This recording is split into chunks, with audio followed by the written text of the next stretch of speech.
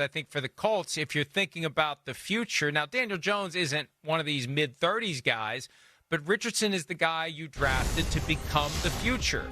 So, I say all that because I don't think the future matters. I think this is which of these two guys is the best for 2025, period. Forget about 26, forget about 27. We'll worry about that then. The Colts have been ricocheting around quarterback wasteland ever since Andrew Luck retired. They just want to stabilize it with a guy that can win, that maybe can be the guy for one more year beyond. Forget about 5 years. Forget about 3 years. Just 1 year beyond this year. Daniel Jones is a guy who's young enough to be their guy for 2 seasons. If he wins the job, good. We keep him. And I think that it's as clear as it can be. Jones versus Richardson, the best man wins, the best man plays. Mike, you know what this sounds like to me? This sounds like a very polite dismantling of Anthony Richardson as a franchise quarterback. So before Daniel Jones was signed, Chris Ballard said, well, we want to bring in competition, not just a backup, not someone who could just support Anthony, but somebody who could really compete with Anthony. And so then we get Daniel Jones signed for a pretty good contract for a year. $14 million is pretty good money for 1 year, more than Russell Wilson got as a starter, he thinks, with the Giants. And then we have this video where he says, well, they have similar skill sets, and they're going to bring out the best in each other. This is generally not what you say about your franchise quarterback and somebody else. So I think what they've pretty much told us, they just don't want to come out and say it. He's not their franchise quarterback. Hey, we're going to be surprised. Well, some people will be surprised if Daniel Jones is the starter in week 1. It's going to be this whole thing of, hey, what are you going to do with Anthony Richardson? How is he taking it? I think that process has already started.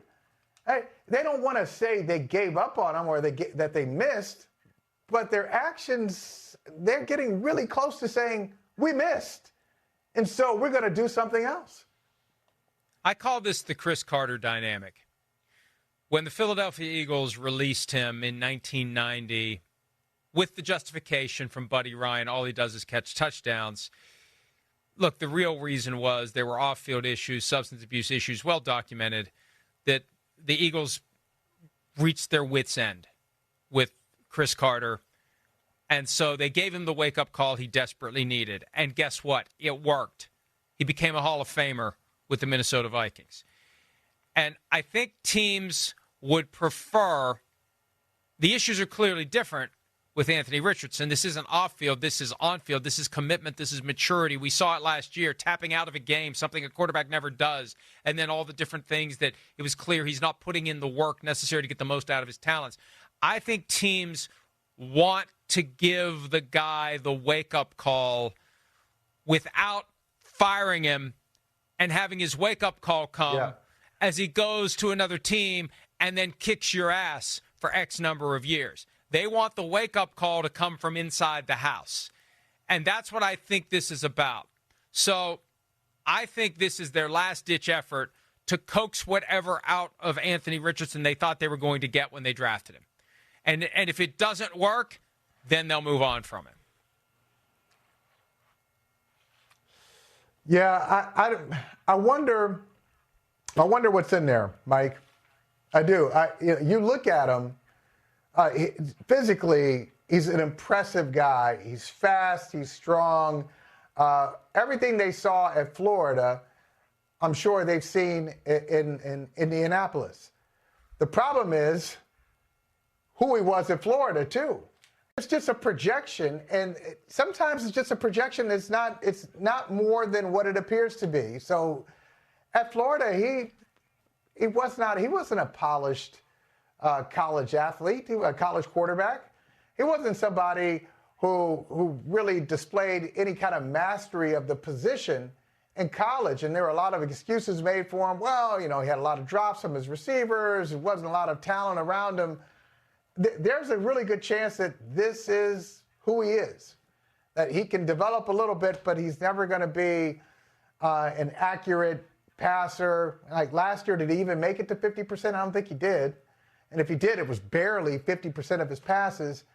Maybe this is just who he is, a really intriguing prospect who is never going to give you the quarterbacking that you think you need to be a playoff team. And I think this goes back to the point you were making earlier. Potential versus experience.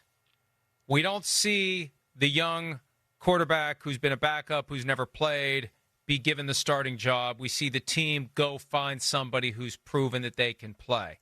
And one of the things we're seeing now, teams are realizing it. Last year proved it out with Bo Nix and Jaden Daniels. Playing experience at the college level.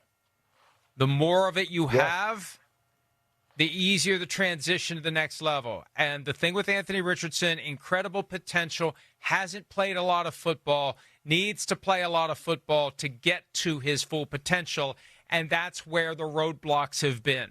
As he's had the opportunities to play, number one, he's gotten himself injured, and then number two, there have been these questions of whether he's throwing himself into it the way that he needs to, and the resistance from him, and just their effort to get him to do what they think he needs to do. This is the city that had Peyton Manning, who was all in all the time. And we've seen what happens when a guy is all in all the time. And it's tough for a guy in his early 20s to fully commit to his profession. I wasn't nearly mature enough at that age to fully commit to my profession. The light bulb didn't go off for me until 23 or 24, if then. So it's a tough thing to do. We're expecting people whose brains are still developing. There's a reason why your car insurance gets cheaper when you turn 25. Your brain is developed to the point where you can appreciate the connection between your behavior and the risks associated with your behavior. We are talking about young men being expected to make adult decisions. And at a certain point, the train's leaving the station. And I think that's the message from the Colts to Anthony Richardson right now. The train is leaving the station. Well, Mike, you bring up an excellent point. And by the way, it was 48% last year for Anthony Richardson. 48% of his passes in a passing league where you think even those at 60%, most coaches look at that and say, you can only give me 60% completion percentages? That's pretty low. So he's well below the industry standard. But it's not just pro quarterbacks being all in. All right, so you mentioned Bo Nix. Bo Nix played a lot of college football. Jaden Daniels played a lot of college football. Michael Penix played about 6 years. I mean, he was at Indiana for 4 years, had some injuries, and then, you got 2 more years at Washington. Dylan Gabriel coming out now has played a ton of college football, and so has Cam Ward. So, and these are young guys too. At some point, it's either maybe you should stay and get more time, or if you're going to be in the pros, and I know the Colts didn't want to do this because they really wanted a quarterback, probably should have sat and learned how to be a professional before being thrown out there and expected to save the franchise. It really has been a crazy ride for the Indianapolis Colts since Andrew Luck retired. It really has been. He abruptly retired late in the preseason in 2019, and since then, quarterbacks who have started games for the Colts: Jacoby Brissett, Brian Hoyer, Phillip Rivers, Carson Wentz, Matt Ryan, Sam Ehlinger, Nick Foles, Gardner Minshew, Anthony Richardson, Joe Flacco. Oof. And Daniel Jones could be the next name on that list. They're almost at the point where they could have the Browns jerseys with all the names. They're getting there.